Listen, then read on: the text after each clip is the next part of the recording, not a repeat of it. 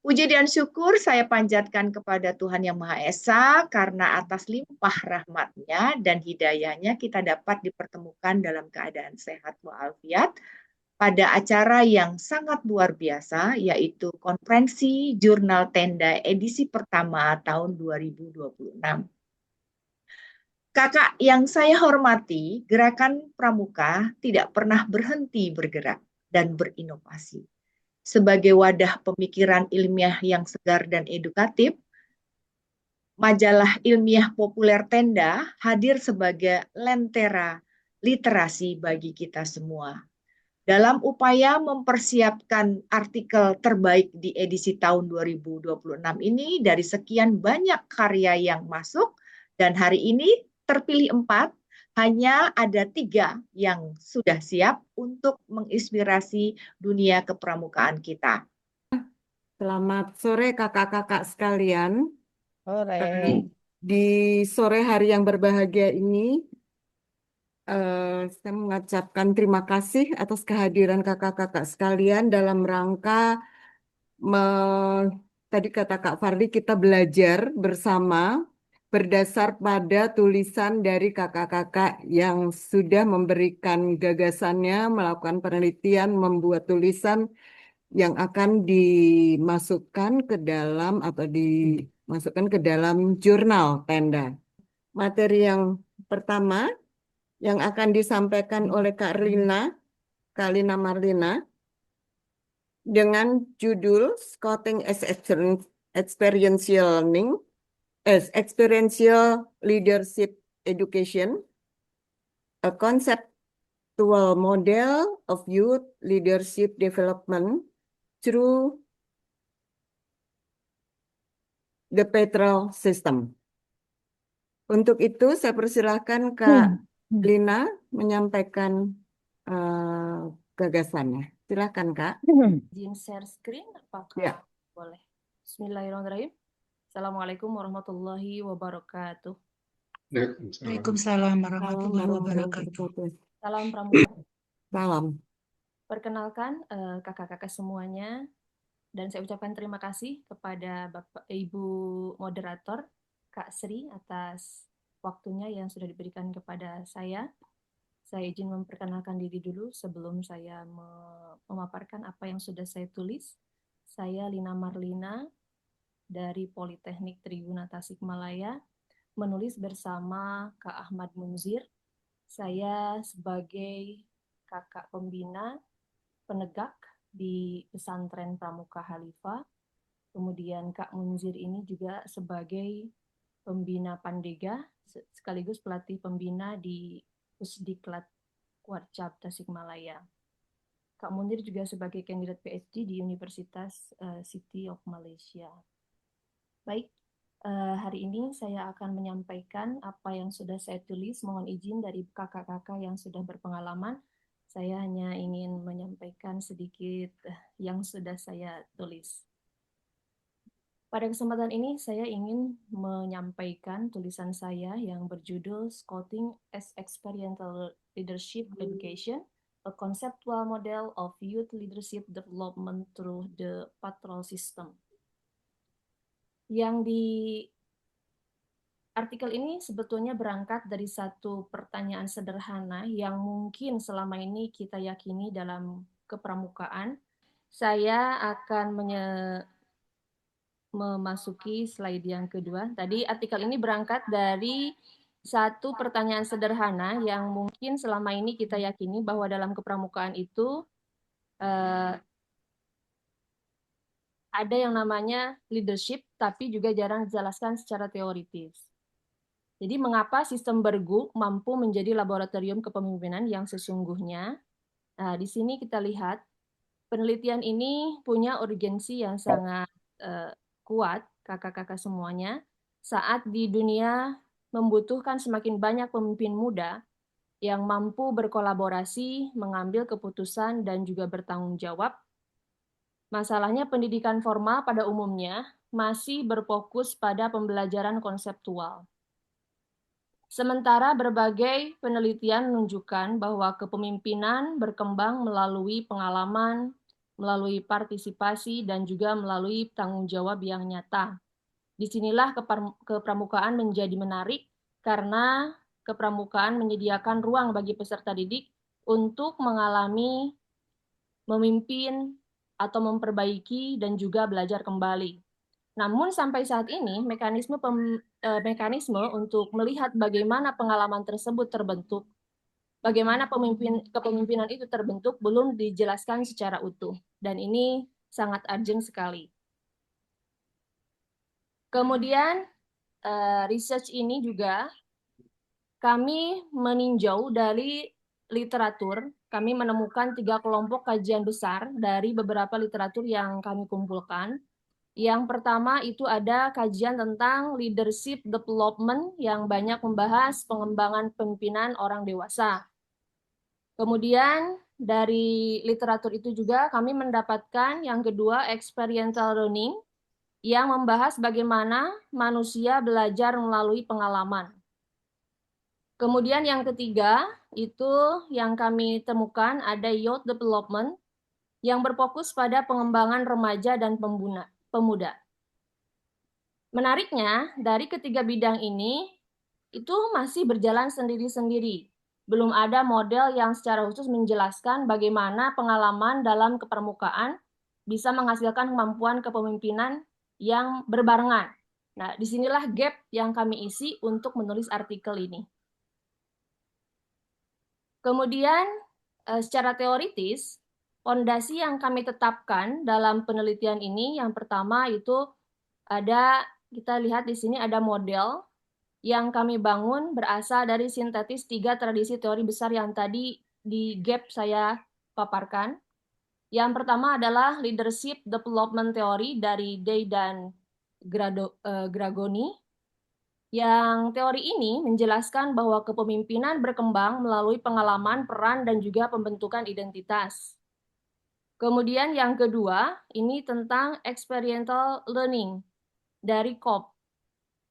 Yang teori ini menegaskan bahwa pembelajaran terjadi melalui siklus pengalaman, refleksi, konseptualisasi, dan eksperimen. Kemudian yang ketiga, ini adalah positive youth development dari Lerner. Yang teori ini juga menekankan pentingnya partisipasi aktif, hubungan positif, dan lingkungan yang mendukung untuk perkembangan pemuda.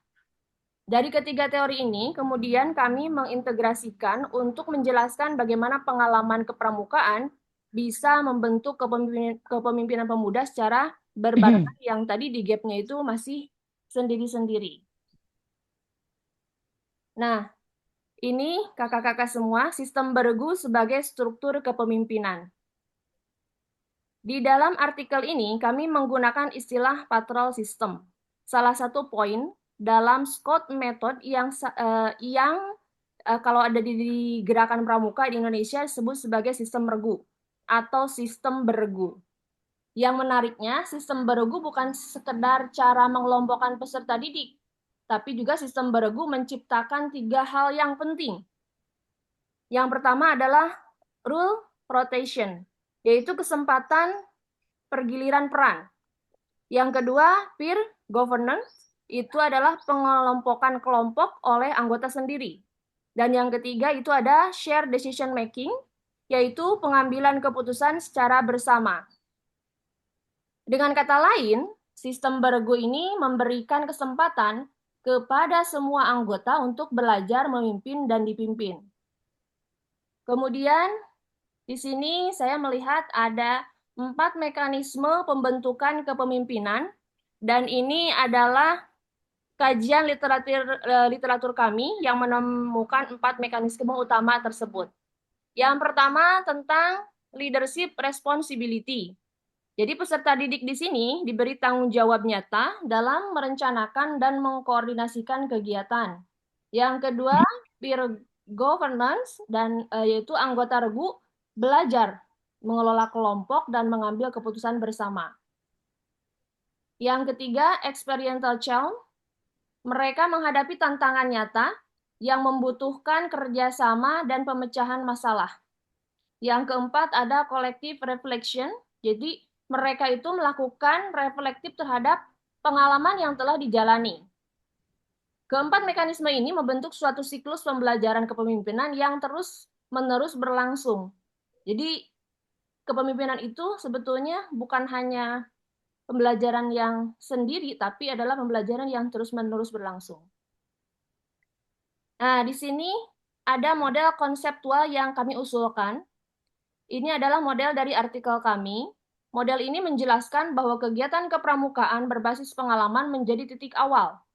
Pengalaman tersebut kemudian dikelola melalui sistem beregu.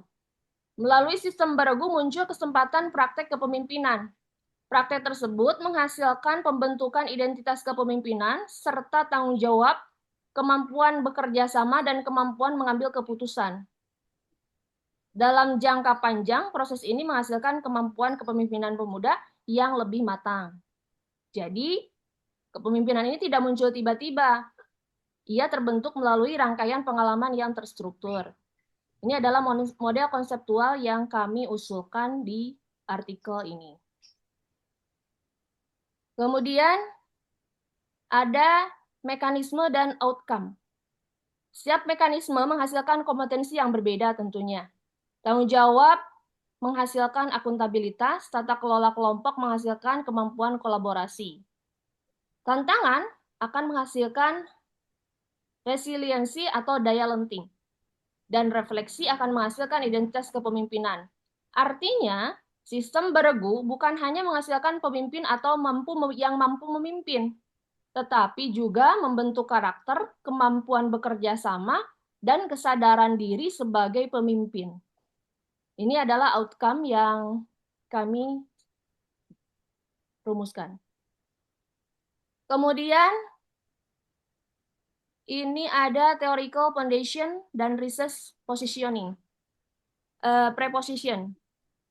Di sini berdasarkan model tersebut yang tadi dipaparkan di slide ke-8, jadi model tersebut mengajukan beberapa preposisi penelitian yang dapat diuji secara empiris pada penelitian berikutnya. Karena ini adalah penelitian awal secara konseptual untuk melahirkan nanti teori yang baru. Itu. Misalnya di sini, apakah kegiatan kepramukaan berbasis pengalaman berpengaruh terhadap perkembangan kepemimpinan? Gitu. Kemudian, apakah sistem beregu berpengaruh terhadap mediator? Apakah tata kelola kelompok sebaya membentuk identitas kepemimpinan? Dan apakah kesempatan praktek kepemimpinan meningkatkan kemampuan kepemimpinan? Nah, ke depan, model ini dapat diuji secara khusus pada berbagai golongan peserta didik, mulai dari barung dan perindukan siaga, kemudian regu dan pasukan penggalang, kemudian sangga dan ambalan penegak, serta racana pandega. Karena praktek perkembangan kepemimpinan pada setiap golongan tentunya berbeda. Ini butuh research lanjutan untuk mengecek secara empirik apakah teori yang kita buat ini benar-benar bisa diuji atau tidak. Seperti itu.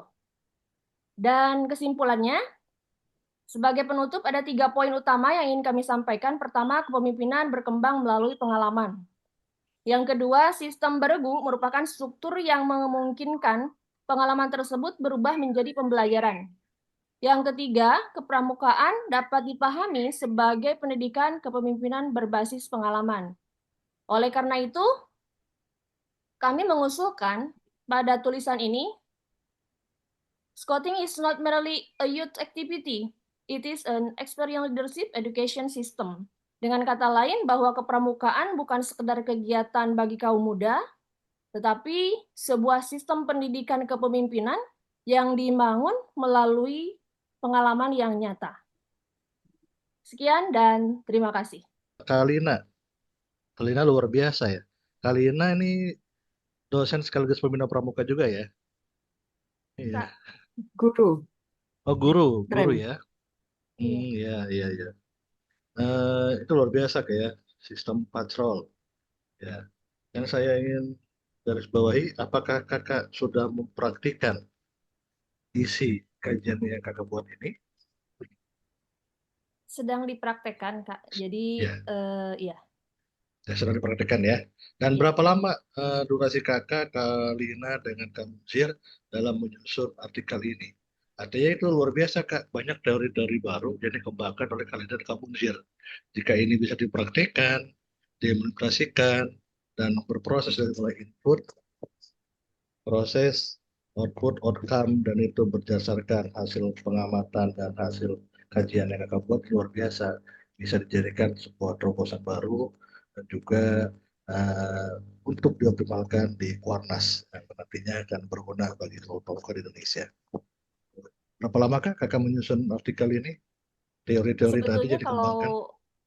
kalau menyusunnya cepat sebetulnya sekitar 2 bulan juga selesai. Hanya mungkin proses dari saya kan memang juga membina penegak di pesantren. Jadi setiap kegiatan itu ya sekaligus observasi gitu kan ya. Kemudian ditulis di 2 bulan itu dan akhirnya menghasilkan tulisan tersebut. Seperti itu, Kak. Ya, terima kasih. Hanya sedikit catatan, ini itu dari sisi sistem pergu. Tapi kalau boleh nanti ditambahkan lagi tentang peran pembina. Bagaimana how the leader could improve voting member by using patrol system, not only from the member, jadi dari sisi pembinanya. Karena izinkan, kan di salah satu proses pembina itu ada sistem among. Nah, di sini belum dijelaskan. Karena sistem among ini untuk memperkuat posisi pembina melahirkan tadi pramuka yang berjalan dengan baik, dipimpin oleh ketua ketua sangga yang baik, dan didampingi oleh para pembina. Sehingga lebih lengkap, komprehensif, jadi bisa dilengkapi lagi dari sisi kepembinaannya. Kan. Sistem among kepembinaannya agar lebih baik lagi. Selebihnya hanya sedikit perbaikan, typo dengan abstrak. Ini abstraknya belum ada bahasa Indonesia-nya, Kak. Luar biasa bahasa Inggris semua. Iya, iya, iya. Nah, yang terakhir, apakah mungkin teori yang Kak kembangkan ini bisa digunakan untuk semua golongan? Karena kan Bisa, insya Allah bisa. Bisa kayak karena karakteristik antara anggota siaga, penggalang, penegak pembina, Pandega itu kan berbeda sekali. Tapi kalau saya lihat ke di sini kakak mungkin lebih condong ke pembina penegak ya. Penegak ya. Iya betul. Jadi mungkin ini kalau Kak Munzir penulis kedua itu di Pandega Kak. Ke Pandega ya, jadi penegak Pandega. Bisa ditambahkan lagi tadi selain dari sisi pembinaan, sistem amongnya, yang kedua itu bisa ditambahkan sedikit dari proses perbedaan karakteristik golongan siaga penghalang karena pasti berbeda antara siaga penghalang penegak Pandega. Mungkin itu kan dari saya untuk Kalina dan kamu lihat Terima kasih Kak Rahmat. Terima kasih. Pada Kak Lina Marlina, Content and Experiential Leadership Education. Ini sesuatu yang menarik juga ya. Hanya saja banyak konsep yang dimunculkan di sini, makanya saya coba untuk memilih yang mana. Jadi misalnya struktur di dalam apa ya yang digunakan. Kemudian juga ada mekanisme cycle linking and experiential participation. Jadi gambar 2. Nah, ini juga merupakan sebuah konsepsi juga ya. Nah, apakah yang diusulkan adalah gambar 1, gambar 2, atau bahkan yang gambar 3 gitu. Kenapa? Karena gambar 3 itu lebih mengarah kepada model konseptual gitu kan. Based experiential leadership development. Nah, ini menariknya adalah ini justru sudah disiapin tuh sama Kak Lina. Ya, sudah disiapkan oleh Kak Lina Marlina itu sebuah penelitian berikutnya atau pengembangan berikutnya. Jadi ada sebuah PR gitu ya untuk pengembangan berikutnya itu sesuatu yang menarik gitu ya. Jadi sudah disiapin ya. Artinya ruang lingkup dari artikel ini sudah digambarkan sedemikian rupa sehingga bila ada pengembangan, bila ada modifikasi itu bisa merujuk pada proposition yang mana yang akan bisa digunakan. Itu sesuatu yang cukup inspiratif ya. Jadi memang benar-benar menyiapkan kita untuk mengembangkan pemikiran yang ada di dalam artikel ini. Ini sesuatu yang keren juga ya. Jadi apa ya? nggak cuma sekedar muncul pemikiran, tetapi pemikiran ini ada batasan-batasan yang bisa dikembangkan, yang bisa coba disusun lebih variatif lagi dengan proposisi-proposisi yang ada. Ini cukup keren. Nah, yang menjadi pertanyaan saya adalah ketika saya mencoba untuk menduplikasikan ini, itu adalah bagaimana dengan aspek karakteristik usia. Jadi kan ada perbedaan tuh. Sigap, menggalak, menegak, pandega. Nah, dengan perkembangan aspek mentalnya, perkembangan kemampuan dia dalam hal berinteraksi secara sosial, kemampuan dia dalam hal menangkap informasi dan seterusnya ya. Dan itu memberikan karakteristik tersendiri. Nah, karakteristik ini akan coba untuk dikembangkan berdasarkan cara pandang, framework konsepsi yang ada di dalam naskah ini. Nah, itu tampaknya mungkin perlu lebih, saya bertanya ya, apakah perlu ditambahkan satu paragraf tersendiri yang coba untuk konseptual model ini diimplementasikan dalam konteks yang skup yang serta didik yang lebih spesifik, sehingga jadi begini nih cara mengimplementasikannya. Begini nih secara teknisnya itu seperti apa. Dan terima kasih untuk Kak Rahman atas masukannya. Memang dalam artikel kami belum secara spesifik membedakan implementasi untuk setiap golongan pramuka, baik itu di siaga, penggalang, penegak, ataupun pandega. Dan ini dilakukan memang sengaja sebetulnya karena artikel ini bersifat konseptual dan bertujuan membangun kerangka teoritis yang umum. Kami sebetulnya menyadari bahwa karakteristik peserta didik pada setiap golongan akan berbeda, sehingga membentuk pengalaman kepemimpinan juga yang diperoleh akan berbeda.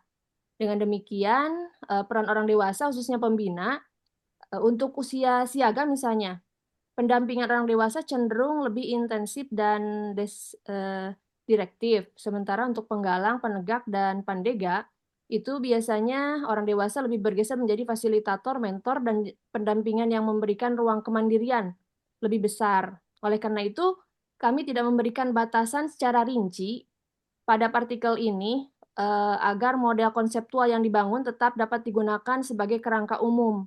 Justru kami melihat hal tersebut sebagai peluang penelitian lanjutan. Nanti bisa diuji di penelitian selanjutnya. Ke depan, penelitian dapat dilakukan secara spesifik pada masing-masing golongan. Khawatirnya nanti ditemukan hal-hal yang bertentangan dengan konseptual ini, sehingga nanti akan menjadi kurang pas ketika tempatnya berbeda.